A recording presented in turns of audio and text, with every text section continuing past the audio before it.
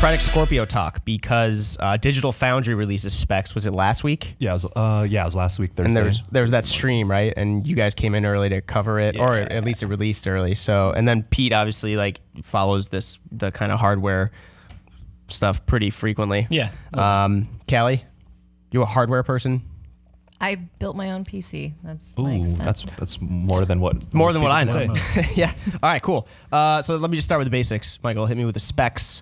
What is this like? I'm not gonna run down all the specs because that can get do every single one of them. Oh, okay. No, just kidding. Well, has an 8-core CPU, 2.3 gigahertz, based on Jaguar architecture. It's improved this time. They actually do have 6 teraflops for. In layman's terms, teraflops is just a measurement of how powerful something is graphically. And it seems that they're actually hitting that. They have 12 gigs of RAM on that, 8 dedicated to games, 4 for the dashboard. And I'm anticipating that's actually going to be a pretty big deal because, getting in and out of the Xbox dashboard can kind of be a pain. So if you dedicate RAM to that specifically, I imagine it would be smoother. I sure hope so because that interface can be rough sometimes. Yeah. So that's and it's gonna have a vapor chamber cooling. You'll be vaping in your this thing can vape. It's gonna It's gonna be vaping. Everything. No, but vapor chamber cooling is actually I've heard it's an efficient way of keeping your stuff pretty cool, man. Yeah, without having too many fans going as well, right? Yeah, so it's another passive solution. So it's quieter. Yeah, it shouldn't be like a jet engine because So those are kind of the basic specs, but you can check all that information out on several websites. But the main thing, though, for me was that Forza Tech demo that they showed off. So they were showing off native 4K for a console, which I think is pretty impressive. It was running 60 frames per second. But you'll see a lot in the headlines, 4K 60 FPS. Oh, Scorpio is going to be so dope. But, it's just the Forza Tech demo. Other games are going to perform differently. So, saying that everything's going to be 60 FPS that's probably more. I'm willing to bet it's not going to be true. And this is also the Forza games are hard surface 3D models that are not as diverse in terms of textures and all the different layers of textures that go into handling lighting as something like an organic model would be, like a scene full of hundreds of humans, right? Right. One car is very different than a lot of that. Yeah, they did in the demo they maxed out how many cars they could put on there to kind of stress test it a little bit. But cars don't animate also, and they don't explode, and there's not as many Transformers. Not in Forza they don't. Not in Forza they don't. But so in terms of particle effects and post processing, it's an easy comparison to make. But back in the day when PS4 Pro was on the horizon, and then the Scorpio was still kind of this nebulous thing, Microsoft kept saying it was going to be more powerful. That's the easy comparison. But how does it compare to the PS4 Pro, at least from these the specs we've gotten? Well, it's about 40%. It's supposed to be about 43% more powerful than the PS4 Pro. So that was the expectation, that it was going to be more powerful than the PS4 Pro. So there's no surprise there. And, doing, because PS4 Pro doesn't do native 4K, I don't believe. And there are maybe some cases. It doesn't have a workaround to accomplish it. I think there are a couple games or other games that it will scale, it'll render at a slightly lower resolution and then bump it up to put it in 4K. Yeah. So if Scorpio says they're going to do native 4K, they obviously have to be more powerful than the PS4 Pro. Another thing is, what compromises are they going to have to make for future games? Because as games go on, they're going to be more and more demanding. So if you want to keep up with 4K, you're going to have to scale back other things maybe draw distance or post-processing or texture quality. But it is more powerful than the PS4 Pro. What does it mean for the cloud kind of, when they were running off the cloud, when they were showing off Crackdown 3 at first? Does the Scorpio mean anything for that, advancing that? Or could you do that off a normal Xbox One right now? That was a couple years ago. I mean, the cloud stuff is totally independent from the console in terms of processing power. Right. I mean, maybe they could try to do a glimmer of what they were showcasing with Crackdown 2, which was literally fully destructible environments in a multiplayer scenario, which is really crazy. The whole cityscape was just toppling over. Yeah, not in a way that was pre-animated. It was all dynamic physics-driven stuff, which is nuts. Every little bit and piece of a building animating. What about if you were to compare this to to a nice PC? How would this compare? Oh, Jimmy's actually going to be working on that, is trying to build a PC that's similar to the power of Xbox or Project Scorpio. Right now, I would say, well, in terms of teraflops, the RX 480, the Radeon RX 480 is about 5.8 teraflops. So I guess there's no one-to-one comparison that you can make in terms of PC hardware. But if you can do a rough estimate, the RX 480, I've heard people saying that this can be as powerful as a GTX 1070, and that's a really good graphics card that you can do 4K in some instances with like medium to high settings. So if it's in that range, then it's a pretty beefy console. And we don't know the price yet, but what would a comparable PC, like what would that cost to build? Especially with that kind of graphics card. I think you could hit that for like $700 to $800 just on the PC alone, if you don't factor in because an operating system is going to cost $100. So if you don't consider that, like hardware alone, probably about $700 You're to not $800. including like monitor and keyboard and all that, but just that's all. The actual guts of the Yeah, PC. probably about $700 to $800. So.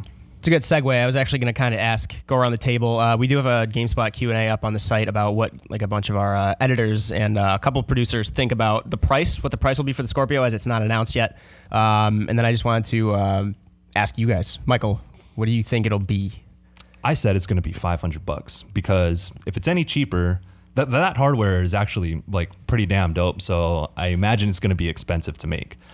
So if it's going to be less than $500, I would be surprised. That would be sweet because then that's cheaper for everyone else to buy. But I can't see it being any higher than $500 because then like who the hell is going to buy it? Like I could get when come holiday season, PS4 Pros are probably going to be. I'm not saying that they are going to, but it's likely that they'll have like a $50 price cut. So around $350 compared to this Scorpio that would be $500. Even that, thinking about that is a pretty wide gap in thinking, oh, what console do I want to buy? So I can't see it any higher than $500. But this is pretty powerful hardware in the console space. So that's what I'm saying. You know what I'm saying? Callie, what about you? Yeah, I imagine it would be around 500. I think it was Jimmy in that Q&A was talking about the point of entry for PS3 was so high initially, but the value of what you were getting was actually really good. Like it was the cheapest Blu-ray player you could get at the time. And so I think just learning from that, consumers not understanding that right away at face value, I don't think it would go higher than that, just because even if a comparable PC would be $700 or $800 and if this was $500, people don't necessarily know that. And so I think it would be hard to convince people to pick this over, say, a PS4 Pro if it went any higher than 500. Pete, what about you? I don't know. I think the bigger question rather than the hardware is what Microsoft is really trying to do with this product. So right now the Xbox One S is $250. In my mind, there's absolutely no way they're going to double that price for a system that plays the exact same games, because then you're immediately saying to your customers like, well, I don't even know what that message would be. Like you're trying to retain like the most enthusiastic people, but Microsoft is not doing so hot in terms of retaining their audience or putting out great games. So what are they going to play on this system, right? But if you go up against the PS4 Pro and they're trying to win that audience back, hey, if they can go $400 and match that price, they might convince people and tip them over with the value that Callie was talking about. And it's fair, if you look in the past, like the history of gaming consoles, companies sell systems at a loss all the time. Yeah. So even if this costs $400 for them to make, they will lose that money to get consumers back because they make far more on software sales than they ever do on hardware. Yeah, so I'm saying 400. Yeah, I mean, PS4 Pro has how many games that have like better versions on PS4 Pro? I mean, one of the first ones was Titanfall 2, and then I know Uncharted 4, the original The Last of Us, they were updating. Naughty Dog updated those for the PS4 Pro, but like you said, it's not immediately apparent, aside from upgraded hardware, what the Scorpio's wider objective is. You've got to buy a new TV. Yeah. I mean, what point is that 4K gaming if you don't have a 4K TV, right? Well, let me tell you about that.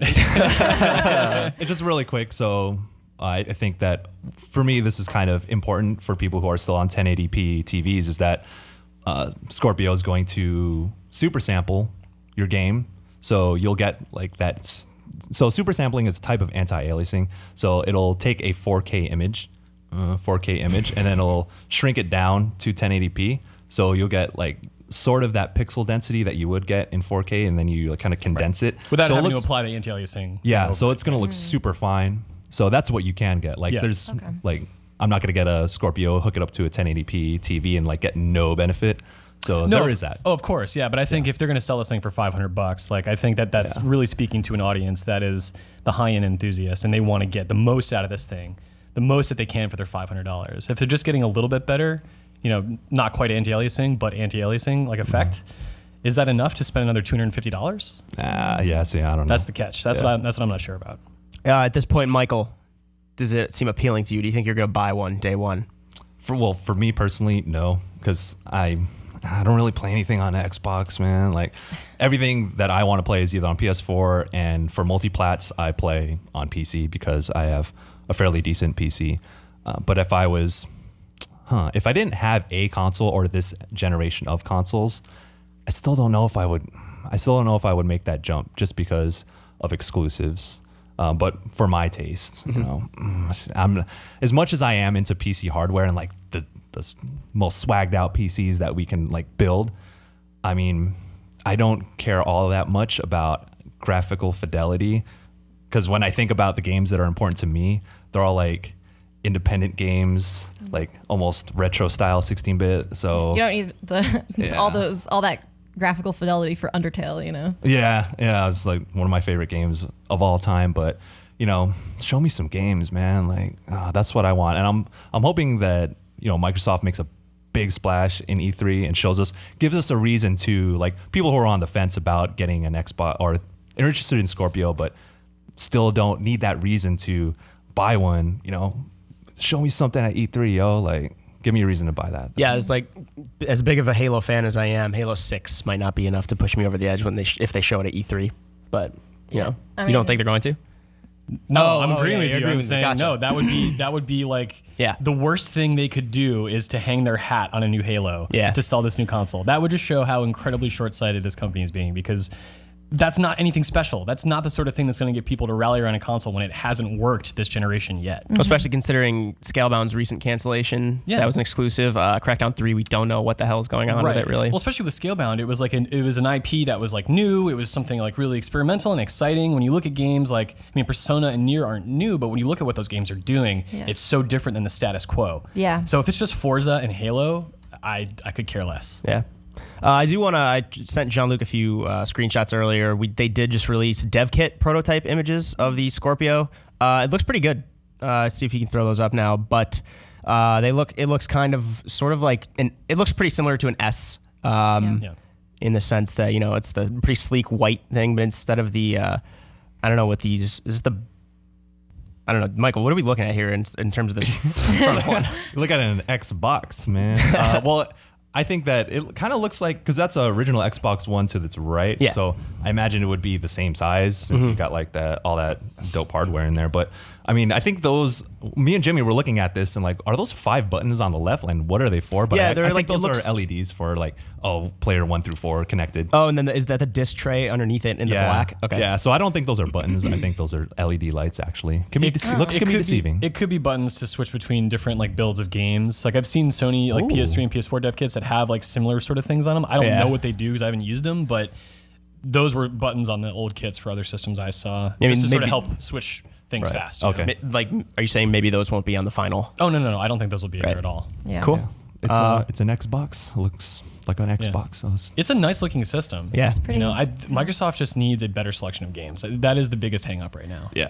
Totally. The reason I still, because I was Xbox last generation primarily, and I play multiplayer games with my dad on Xbox. Like that's sure. The reason I'm still on Xbox ever, because I think the common complaint is like there's not enough games, but as far as multi-platinum stuff, like if all of your friends are on Xbox, you're going to stay on Xbox. But I don't think that's enough of a reason to go to Scorpio. Right, you could spend $200 on a refurbished Xbox One. Exactly. Yeah. Cool. Well, yeah. If anybody wants to know more in-depth info about the Xbox One or the Project Scorpio, we have 6 things you should know about Scorpio, which you wrote, Michael? Yeah, I wrote that and I voiced it. That's up on GameSpot. We're doing some comparisons to PS4 Pro and PC more in depth. You can go see all that on GameSpot and let us know what you think in the comments. And for those just joining us, we do have the Twitch and YouTube and GameSpot chats up here in the studio. See what you're saying. But yeah, so let us know what you think about Project Scorpio.